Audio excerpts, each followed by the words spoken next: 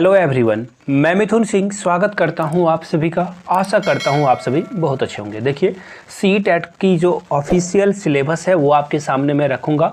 बिल्कुल पेशेंस के साथ आप पूरी वीडियो देख लोगे तो आपको सी-टेट का जो सिलेबस है, official syllabus, I repeat official syllabus, ये कोई वेबसाइट से ली गई नहीं, सी-टेट की वेबसाइट से आपके लिए सिलेबस को लाया गया है। तो एक एक करके सारे टॉपिक्स को और सारे सब्जेक्ट्स को मैं कवर करूंगा।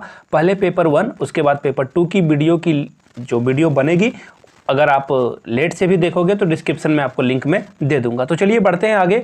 और सबसे पहला, जी हाँ, सबसे पहला जो सब्जेक्ट है वो चाइल्ड डेवलपमेंट एंड पेडागोजी यानी कि बाल विकास है। तो बाल विकास में जो पहला कॉन्सेप्ट है आपके सामने वो देखिए चाइल्ड डेवलपमेंट है। और प्राइमरी स्कूल चाइल्ड यानी कि जो बच्चा बहुत छोटा होता है, प्राइमरी स्टेज पे होता है, क्लास 1 to 5 के लिए, उन बच्चों में क्या क्या प्रॉब्लम आ सकती है, किस तरह के क्वेश्चन पूछे जा सकते हैं, उसका हम लोग सॉल्यूशन जो है देखेंगे सिलेबस क्या रहने वाला है। पहला है concept of development and it's relationship with learning, यानी कि डेवलपमेंट यानी कि विकास और इसका जो है लर्निंग यानी कि अधिगम के साथ क्या संबंध है, पहला टॉपिक। दूसरा है principle of the development of children, यानी कि विकास का जो सिद्धांत है वो बच्चे के लिए क्या है वो रहेगा।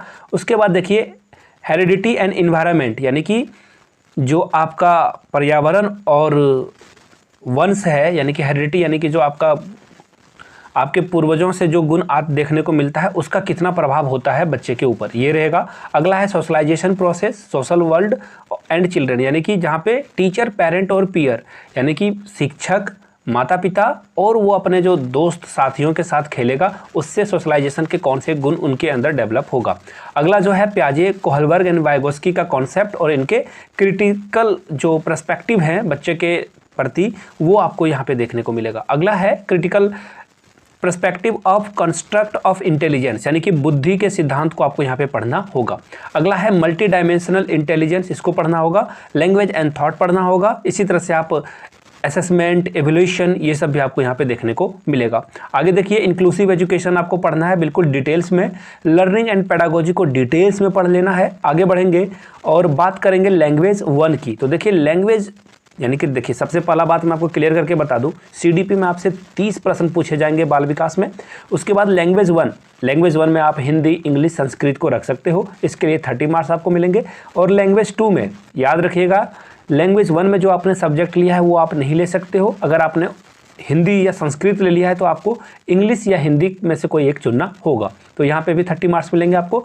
मैथमेटिक्स से 30 मार्क्स पूछा जाएगा और 30 मार्क्स ईवीएस यानी कि ये जो पर्यावरण अध्ययन है उससे क्वेश्चन पूछे जाएंगे। तो लैंग्वेज 1 में आपको पैसेज देखने को मिलेगा पहला।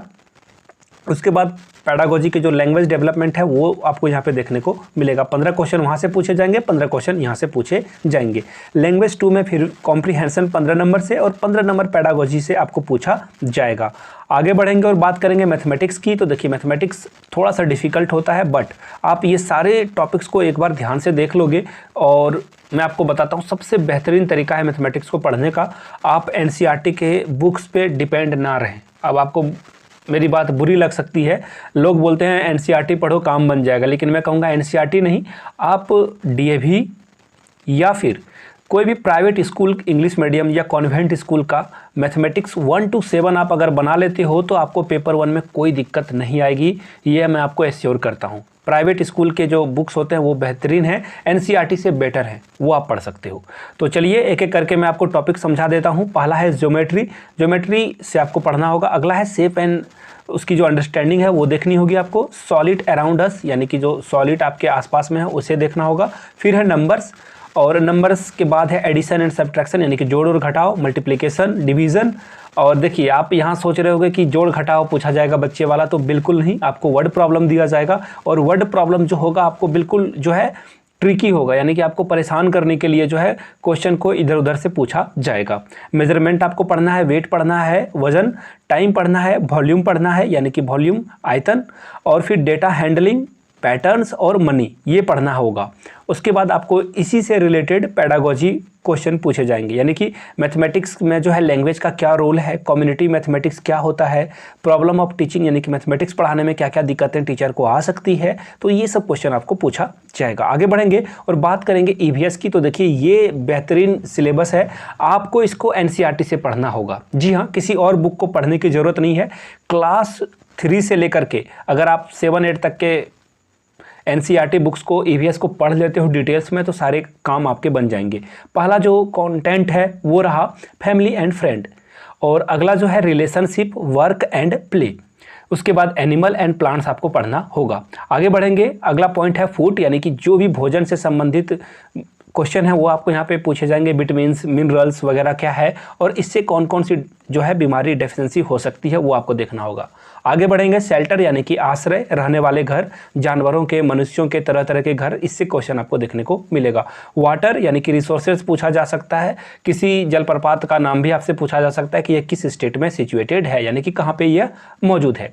आगे देखिए बात करेंगे ट्रैवल की, यानी कि अलग अलग जगहों को एक्सप्लोर करना। यहाँ पे आप जितने भी मोनूमेंट हैं और जो भी महत्वपूर्ण टूरिस्ट प्लेस हैं उसको पढ़ लीजिए, किसने बनवाया था, कब बनवाया था और यह किस चीज़ के लिए फेमस है, उसे ज़रूर याद कर लें आप। Things we make and do, यानी कि जो चीज़ें हम लोग बनाते हैं इसमें आपका हाउस भी आएगा, हैंडीक्राफ्ट की चीज़ें भी आएगी, और जो सॉल वगैरह होती है किसी खास पर्टिकुलर जगह की, सॉल, रजाइयाँ, स्वेटर वगैरह, या फिर जैसे मधुबनी की पेंटिंग्स वगैरह हैं वो आपको यहाँ पे देखने को मिलेगा। और फिर पेडागोजी के लिए इसमें पेडागोजी भी क्वेश्चन 15 पूछे जाते हैं। Concept of scope of EVS, यानी कि EVS को पढ़ाने का क्या मतलब है। देखिए सिंपल सी बात है, मैं आपको एक छोटा सा हिंट दे दूं, जब भी EVS के क्वेश्चन आए ना तो उसमें लर्निंग बाय डूइंग को आप जो है प्रमोट करोगे। अब लर्निंग बाय डूइंग क्या होता है, यानी कि बच्चा करके सीखेगा, तो इस चीज़ को आपको प्रमोट करना है।